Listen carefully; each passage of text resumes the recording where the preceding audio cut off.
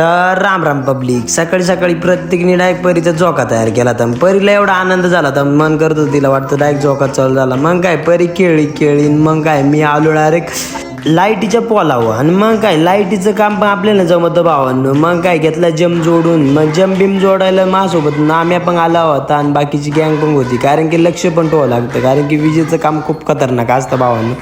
मग काय आपल्याला ते काम चांगलंच जमतं. मग काय आपण ते पण काम करूनच घेतलं. त्यानंतर आपल्याला भेटला हा कार्यकर्ता. हा म्हणे चाल डायरेक्ट मी रेस लावतो तुझ्यासोबत. म्हटलं भाऊ आमची माघार आहे. मग तिकडून आलो महेश दादा भेटला म्हणे मला डायरेक्ट दाढीत हात घालून दाखवत होता. दाढी म्हणे माझ्याकडे. म्हटलं एक काम कर म्हटलं, थांब एक मिनटं हे बघ म्हटलं माझी दाढी पण घे म्हटलं आणि मी पण हात घालू शकतो म्हटलं.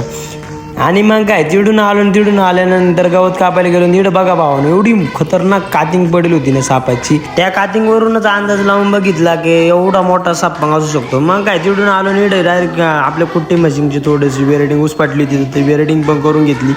त्यानंतर निघालो कुठं काय हो प्रतीकला फोन करायला आता म्हटलं तू इकडून ट्रॅक्टर घेऊन ये. आणि मी त्याच्या मोटरसायकलवर बसून आलो होतो भावानं. त्याची मोटरसायकल लावली घरी. मग काय तो आला होता तिकडून ट्रॅक्टरच घेऊन लाईटच देत आला. लवकर बस म्हण घरी काम आहे बॉस. मग काय तिथून आलो माणसांना सांगितलंच होतं की तुम्ही आज पटापटा कामच करून घ्या, कारण की इतके दिवस लागले ऊस लागणीला. काय भावानं भरपूर टाईम झाला. त्यानंतर हा ट्रॅक्टर आपल्याला द्यायचा होता. मग काय हा ट्रॅक्टर द्यायला निघालो. मग तिथून आलो डायरेक्ट स्वराज बसलो. स्वराज एक ट्रिप मारून घेतली. आणि मग काय भावानं आलो संध्याकाळी दूध डेअरीवर सगळ्या गप्पा बिप्पा चालू होत्या. यांचं काय चालू होतं आता त्यांचं चालू द्या. आता आपण भेटूया उद्याच्या ब्लॉगला.